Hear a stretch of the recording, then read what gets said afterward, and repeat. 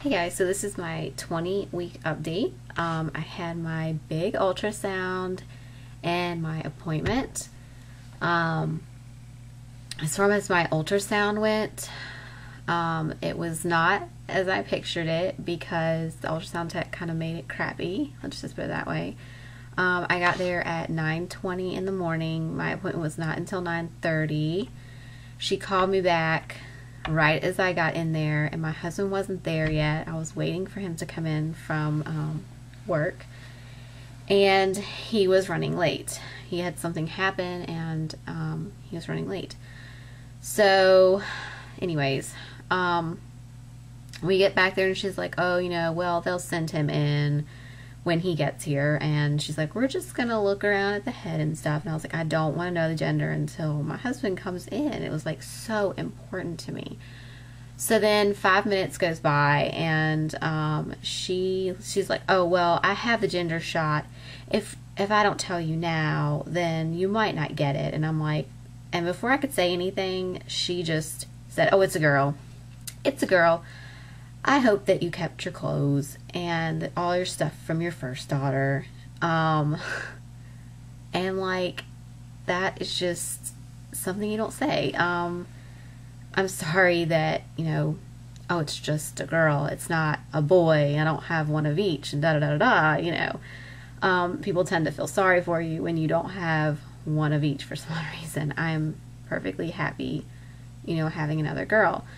And so my husband walks in, and he was asking if we had, done the gender and everything.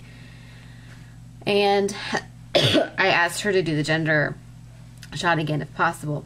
Before she's like, oh, okay. And she's like, what's a girl? She just like blurts it out. I mean, I could have told him that myself, I could have revealed that to him myself if I knew she was going to do that. So I had a really rude ultrasound tech, and she is usually not like that though. I don't know if she's having a bad day or what, but she gave us a bunch of pictures. She gave us 8 pictures. Where are they? Oh. Well, let's see. I'm moving all the camera all around. Okay, I don't know where I put them. Oh, here they are. So anyways, I didn't have a good experience.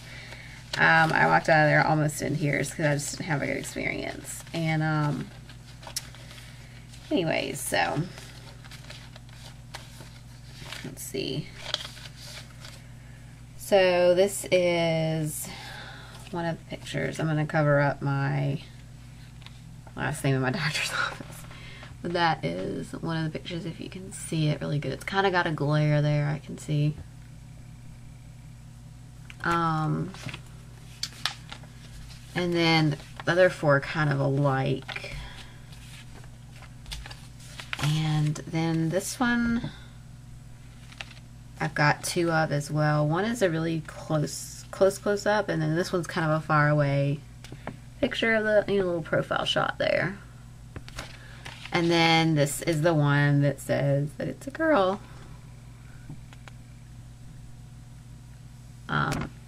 When I did my gender reveal party, not a lot of people were convinced that it was a girl.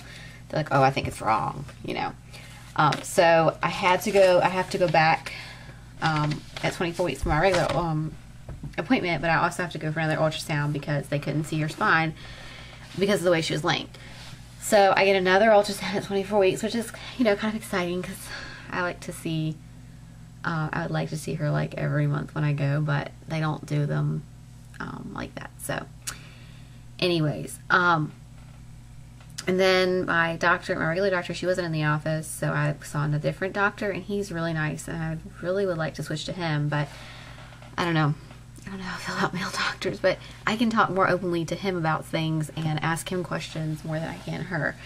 And I was just asking him, how long would they let me be in labor, and before they would start, pressuring me to have a C-section. And he said that as long as I was progressing, that they would not push for the C-section. He said that, as long as I'm not sitting at a 4 or 5 for longer than 4 or 5 hours, then they won't push the C-section. And of course, you know, like, you can tell them, no, you don't want the C-section, like, let's wait a little longer, because, I mean, it's your consent. So I was just asking him general questions about the VBAC, and I said, you know, a lot of people, like, get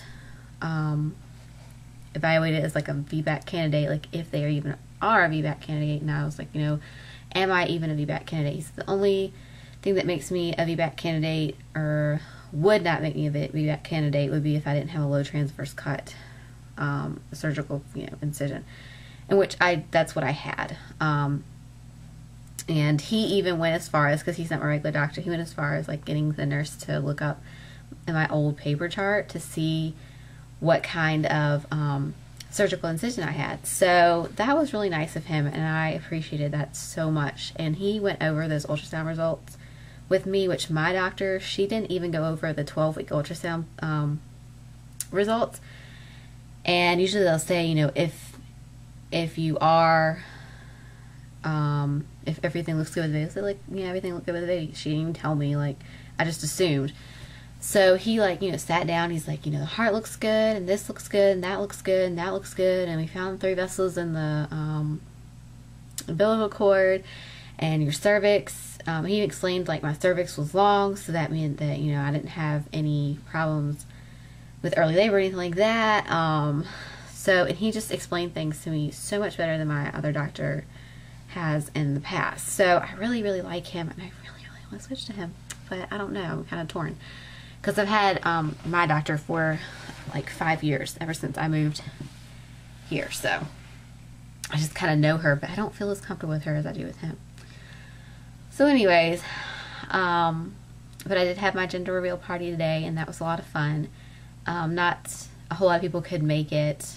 Only had like maybe 10 people there, 10 or 11 people there. But it was still fun.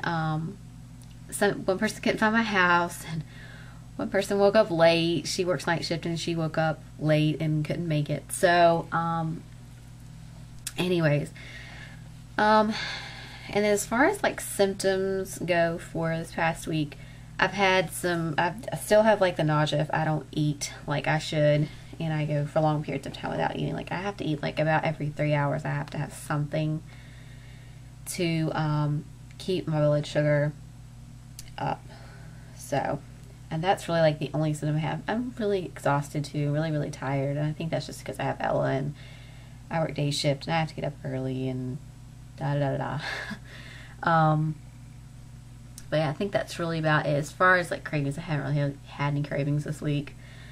Today I had some cravings for seafood when I saw some fish, which I usually don't like seafood. The only thing that I really eat is like shrimp, but I wanted fish, and it's like, why do I want that? You know, like one point in a couple weeks ago, I wanted tuna. I wouldn't touch that stuff. I just wouldn't touch it. So, anyways, excuse me. I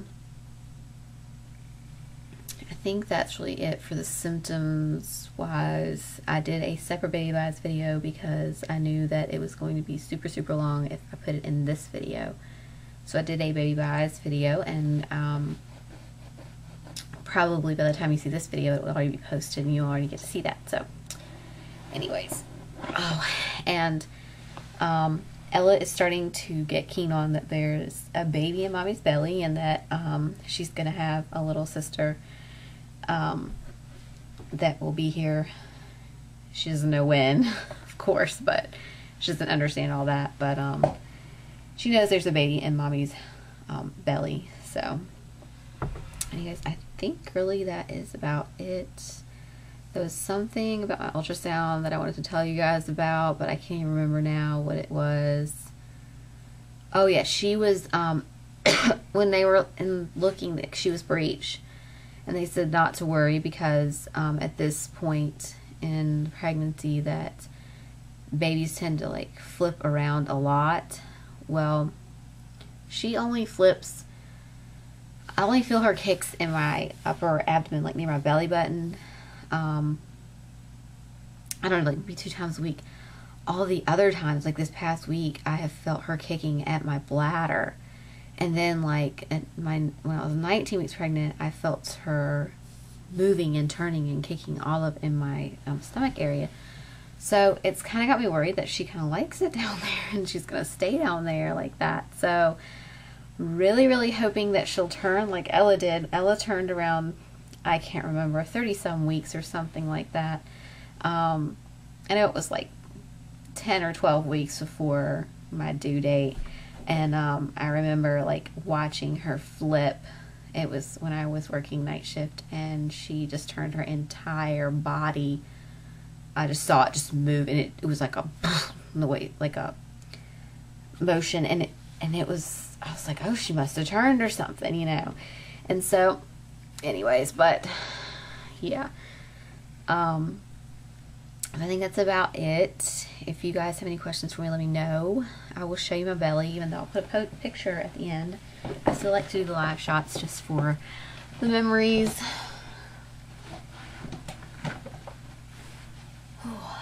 I am so tired. I have been up since almost like 3 a.m. this morning. I was so excited about this party.